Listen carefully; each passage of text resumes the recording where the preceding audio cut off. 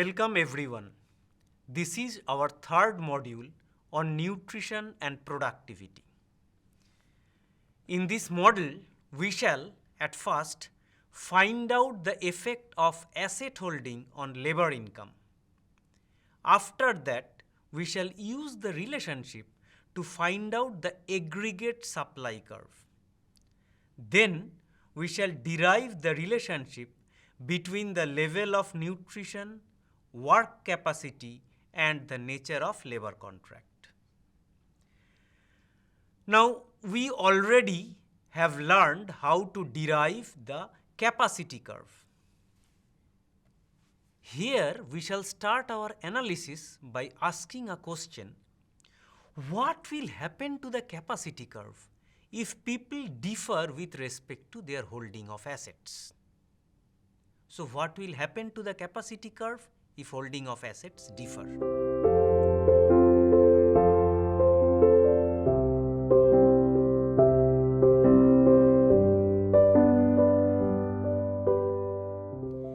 To find the answer, let us consider two people, A and B. The two individuals are otherwise same. The only difference between them is that while individual A has no asset, individual B has some positive amount of asset.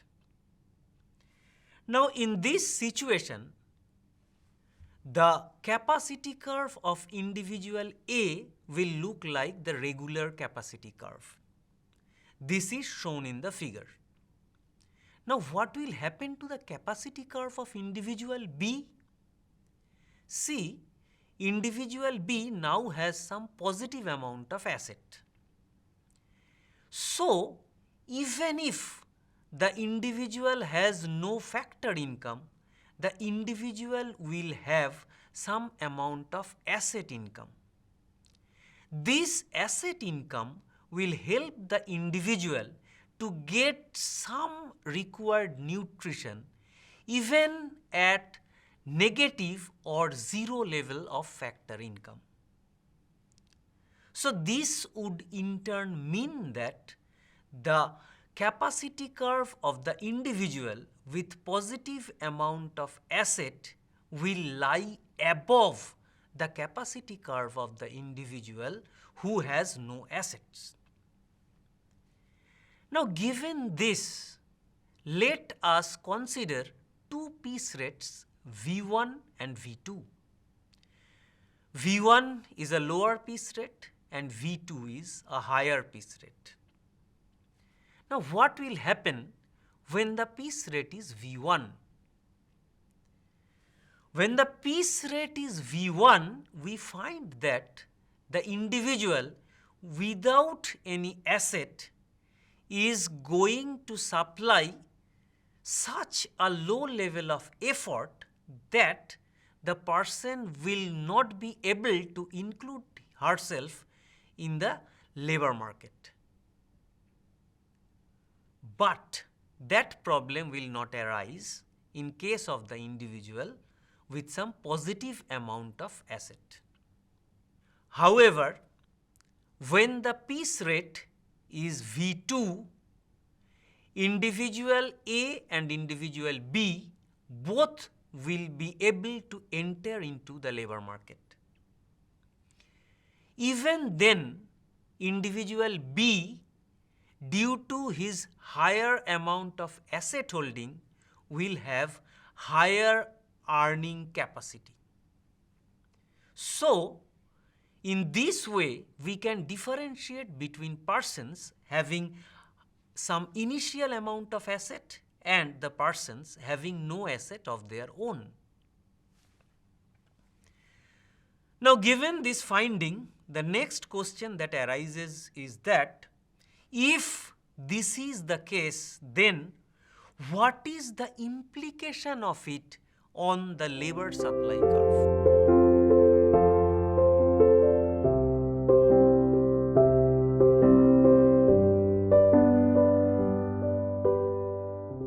To find the answer, let us start with the labor ability curve.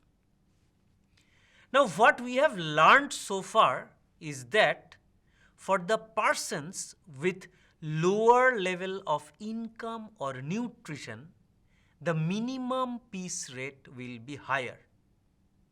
This means that for the persons having lower income or nutrition level, the minimum piece rate needs to be higher to enable them to enter into the labor market. Now, in this situation, if we index individuals according to their income and I star represents the number of individuals without land holding, then for the individuals without land holding, the piece rate will be higher. This is represented by the horizontal section of the labor ability curve. As the number of individuals exceed I star, their holding of asset increases. This reduces their minimum acceptable piece rate. So, in this situation, the labor ability curve initially remains horizontal. After some times, it becomes negatively sloped. However, it is not the labor ability that alone determines how much labor will be supplied. The aggregate labor supply curve also depends on labor's willingness. Now, for the laborers without any asset holding, their willingness to join the labor market can happen at a comparatively low piece rate. So, for a comparatively lower piece rate, the labor willingness curve becomes a horizontal curve. After that, the labor willingness curve becomes positively sloped. This means the people who are having some positive amount of asset in their hand will only be ready to join in the labor market if their piece rate is high. So, we have labor ability curve on one hand and labor willingness curve on the other hand.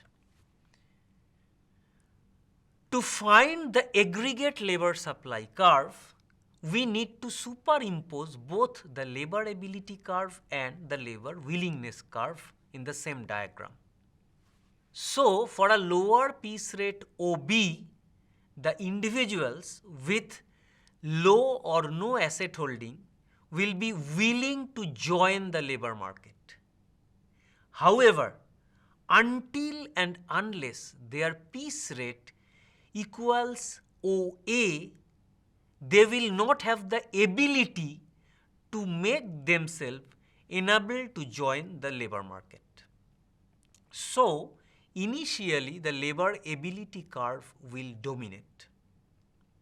However, as the number of individuals exceed I, it is the labor willingness curve that will play the determinant role in determining the aggregate labor supply curve. So, in this situation, the aggregate labor supply curve will look like as given in the figure. Initially, it will be a horizontal curve. After that, it will be U-shaped. Now, given this particular shape of the labor supply curve, let us try to find out the labor market equilibrium when V star will be the market wage rate. See, if V star is the market wage rate, then V star A amount of labor will be unable to enter into the labor market due to their low capacity. On the other hand, individuals beyond B will be not willing to enter into the labor market.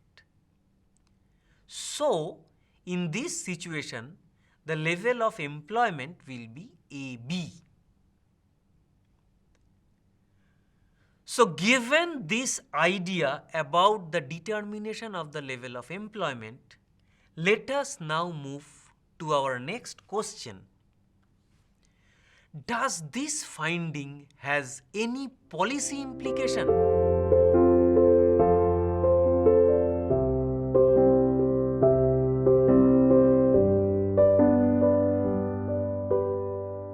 One possible policy implication is that if we want to increase the level of income in the economy, we should introduce redistributive policies like land reforms.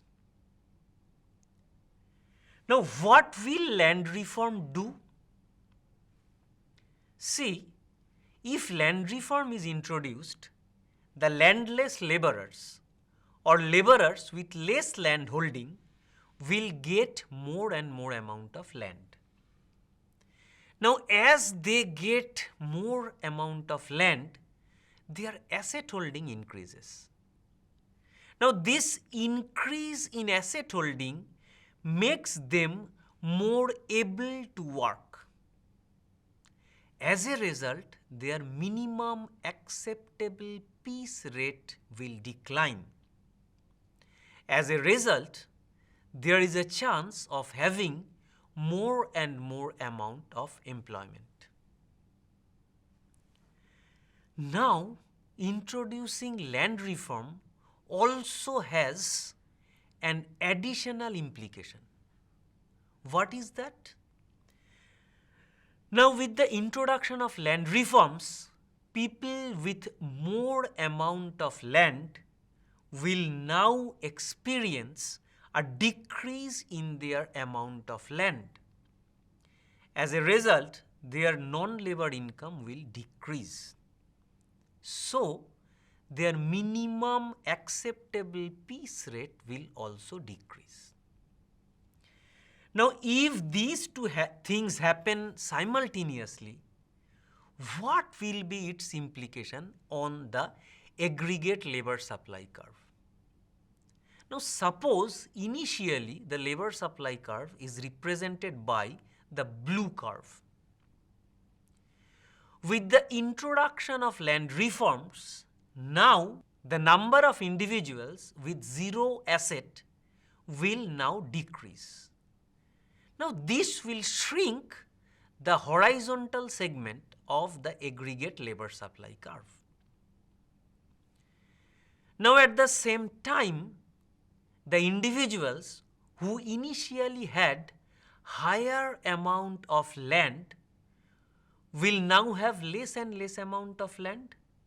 So, they will be willing to work even in comparatively lower wages.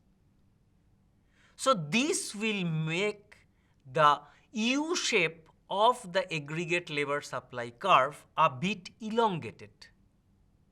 Now, this is represented by the red-shaped aggregate labor supply curve. What will be its implication? Now, even at the same wage rate W star, in this situation, there will be higher level of employment. The level of employment, which was initially A1, B1, will now increase to AB. So, if a country faces widespread malnutrition, then redistributive policies like land reform can effectively increase the level of employment of the economy as well as the earning capacity of the economy. Now, with this discussion in our mind, let us move to our next question. Is there any link between the type of labor contract and nutrition? So, can labor contract and nutrition be related?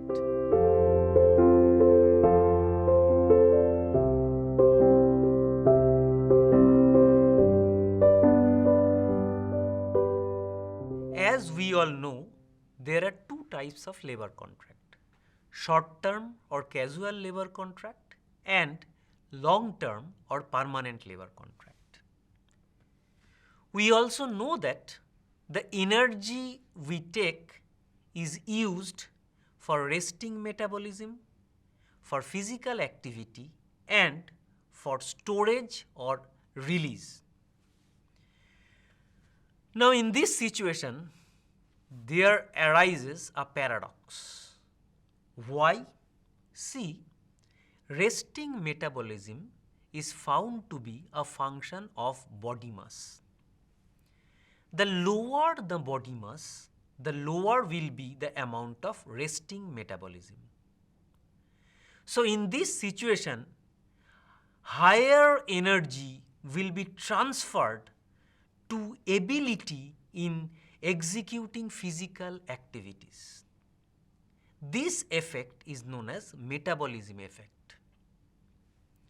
At the same time, work capacity of an individual is also a function of body mass.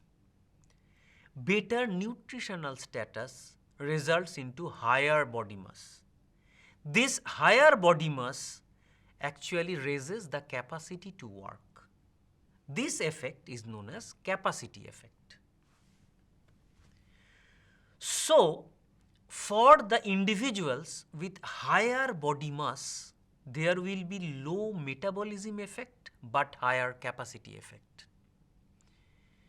On the other hand, for individuals with lower amount of body mass, there will be higher metabolism effect and low capacity effect. This raises a policy dilemma. Suppose an employer wants to choose both wages and hours of work. For a given wage, if that employer raises working hour, then the workers will work for more hours. This will reduce their body mass. As a result, resting metabolism will be lowered, giving the persons more capacity to work. However, this lower body mass will result into lower capacity generation. So, even the individual initially can provide more effort, her ability to participate in high capacity work will decline over time. So, there will be a policy dilemma. For low effort works, the metabolism effect can dominate. However, for high effort works, it is the capacity effect that dominates. This can be shown with the help of this diagram. See, the person's capacity curve who has lesser nutrition is shown by the red curve. On the other hand, the person with better level of nutrition has the capacity curve which is represented by the blue one. Now here, initially at low work capacity, the person with lesser nutrition will exhibit higher income generation capacity. However, with increase in capacity, the individual with better nutrition will exhibit higher income earning capacity. So, at the initial level, same capacity can create higher income generating power for low nutrition status individual.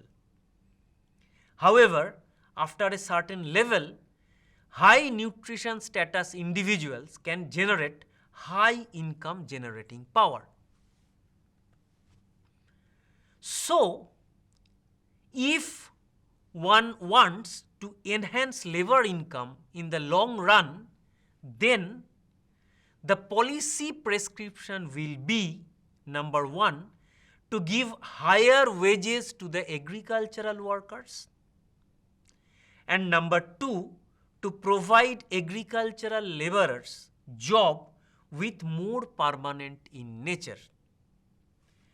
Now, with these policies, there will be a shift in the work capacity curve from as shown by the red line to as shown by the blue line. And as you can easily understand from this, this will increase the work capacity of the workers. Now, keeping this analysis in background, let us now try to find out what we have learned so far. We started with the question that how difference in asset holding impacts the labor market. We observed that lower asset holding excludes laborers from entering into the labor market. Then we tried to find out how such inequality impacts the labor market equilibrium. We observed that such inequality generates involuntary unemployment. How can such problem be solved? We find that such problem can be solved by introducing redistributive policies. We then asked the question, how can labor contract impact the labor market? We observed that labor contract can impact the labor market by influencing the level of nutrition and hence labor capacity. Then how to enhance long-run productivity in agriculture labor market? It can be done by enhancing income either through higher wages or making labor contracts permanent in nature or both. This is what we have for this module. Thanks for watching.